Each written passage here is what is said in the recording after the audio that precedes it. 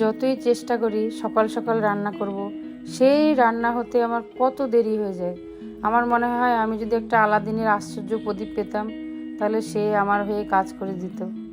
সত্যি বলতে আমি আর পেরে উঠছি না। যত মনে করি তাড়াতাড়ি সব কাজ করব, তাড়াতাড়ি গিয়ে জবে বসবো, আর সময় পাই না তো পাইই না। হরে কৃষ্ণ, নমস্কার। আশা করি আপনারা সকলেই ভালো আছেন।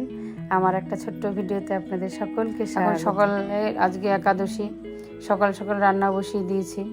আজকে আমাদের আবার গানের ক্লাস। আমি প্রভুকে কতদিন বলেছি, প্রভুজি আপনি ক্লাসটা একাদশীর দিন করবেন না।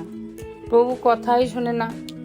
আমি বলছি দেখুন, একাদশীর দিন কোনো স্টুডেন্টরা আসতে চায় না, ঠিক তাই হয়েছে।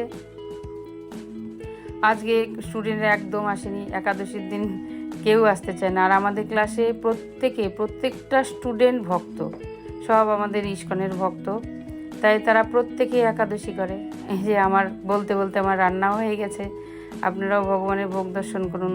কলা আলু চিপস মতন ভেজেছি, সাবুর পাঁপড় ভেজেছি, আর কলা আলু দিয়ে সবজি করেছি, আর ফ্রুট। গানের ক্লাস অনেকক্ষণ শুরু হয়ে গেছে, কিন্তু আমি ক্লাসে আসতেই পারিনি।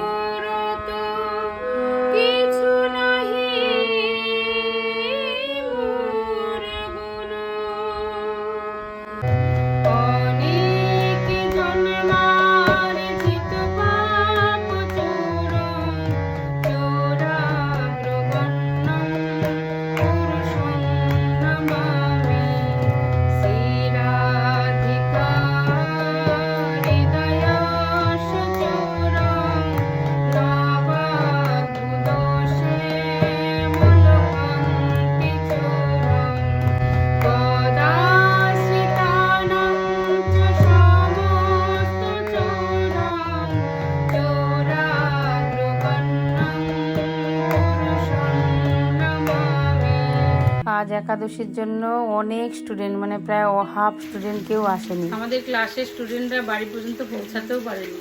বহু মানে স্টেশন পর্যন্ত গেছে। এর মধ্যে মুষলধারে বৃষ্টি শুরু হয়েছে, যেমনি বিদ্যুৎ চমকাচ্ছে, বাইরে এখন তুফান হচ্ছে যেন।